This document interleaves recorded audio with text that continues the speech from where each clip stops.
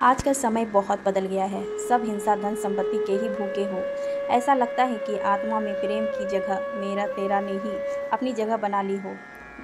विभा के पिताजी एक दुकानदार हैं। उनका अच्छा बिजनेस है। 2 बेटे हैं। उनके लिए अलग अलग दुकान करा दी है। बड़ा बेटा अलग मकान में रहता है। वह कभी कभार औपचारिकता के लिए आता और कहता कि हमें भी घर में हिस्सा चाहिए।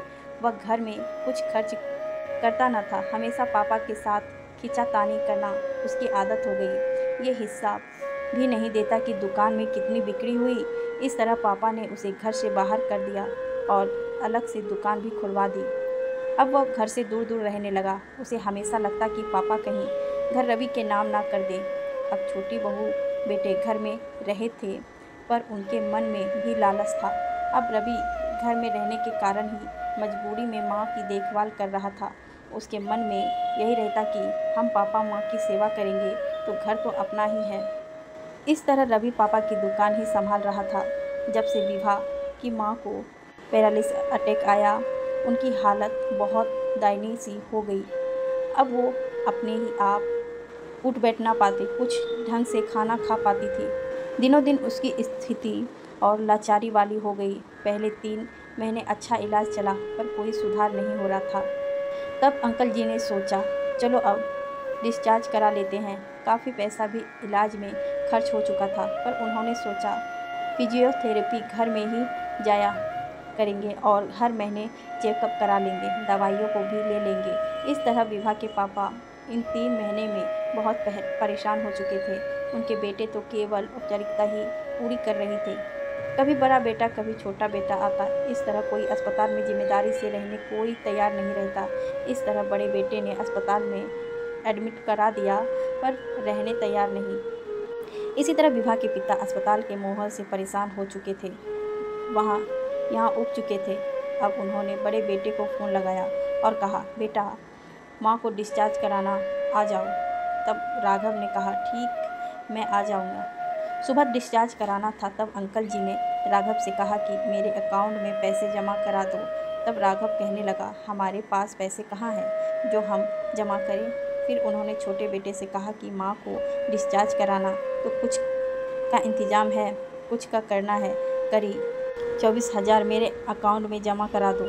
2 बाकी सब हम संभाल रहे हैं। इतना ही कहना था। तभी छोटे बेटे ने जवाब दिया, देखो पापा, आखिर हमारी ज़रूरत पड़ ही गई, जबकि आप भाई को ज़्यादा चाहते हैं, हमेशा राघव राघव करते हैं। कहाँ है भैया। अब फ़ोन पर पापा की बात सुनकर विभा की माँ आंख भर आई और उन्हें समझ तो सब आ रहा था। बेटा हमारे किसी काम के नहीं रहे। जैसे विभा पापा की बात खत्म होने लगी, तब उनकी नज़र माँ पर गई। तब वो कहने लगे, अरे क्या हुआ, तुम रो क्यों रही हो। पर दुख के भाव छिपाए नहीं छिपते। उन्होंने डांस बांधा कर कहा, हम तो हैं, चिंता की कोई बात नहीं है। अब दोनों को यही महसूस हुआ कि ऐसी औलाद से बे औलाद होते तो कम से कम कोई आशा तो नहीं रहती। फिर विभा अपने माँ पापा की लाडली बेटियाँ होने के कारण वह अस्पताल में रही। आई हर समय सेवा करती, खाने पीने का ध्यान रखती, समय पर दवाई देती। अब जैसे तैसे विभा के पापा के दोस्तों ने मदद की। यहाँ दोनों बेटे के प्रति गुस्सा आ रहा था, पर समय गुस्सा करने का नहीं था। फिर विभा ने माँ पापा को समझाया कि पापा गुस्सा करने से क्या होगा। फिर पापा ने अपने आप को बहुत संभाला, पर विभा को इतना रोना आया कि मेरे भाई किस काम के जो ज़रूरत के समय नहीं खड़े हैं। अगर मेरे पापा ना होते तो माँ का क्या होता। उसे आज इतना रोना आया कि रोते रोते कब आँख लग गई थी पता ही नहीं चला। जब विभा की नींद खुली तो उसे पता चला माँ का डिस्चार्ज हो गया है। आज भी विभा के माता पिता बच्चों के सामंजस्य बनाकर चल रहे हैं, क्योंकि सब धन संपत्ति तो बच्चों का ही कमानी है। दोस्तों, बच्चे माता पिता के प्रति अपना फ़र्ज निभाने की जिम्मेदारी क्यों नहीं निभाते, जबकि माता पिता बच्चों को बड़ा करने से लेकर हर जिम्मेदारी पूरी करने में जी जान लगा देती है। सखियों, माँ बाप के लिए बच्चों से बढ़कर कुछ नहीं होता। उन्हें लगता है कि वो हमारा सहारा बनेंगे,